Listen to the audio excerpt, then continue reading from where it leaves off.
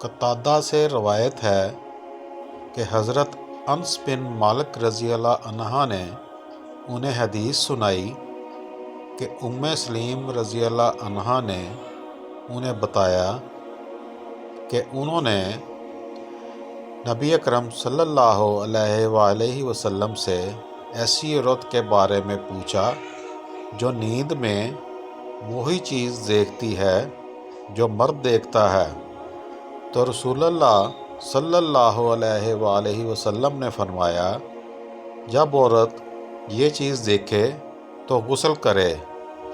ام المومنین حضرت ام سلمہ رضی اللہ عنہا نے فرمایا، میں اس بات پر شرما گئی۔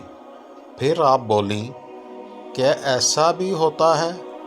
نبی اکرم صلی اللہ علیہ وآلہ وسلم نے فرمایا، ہاں، ورنہ پھر مشابہت کیسے پیدا ہوتی ہے؟ مرد کا پانی گاڑھا سفید ہوتا ہے اور عورت کا پانی پتلا اور زرد ہوتا ہے۔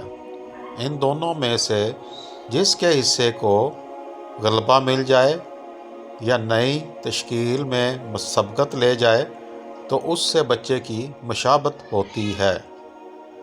صحیح مسلم حدیث نمبر 710۔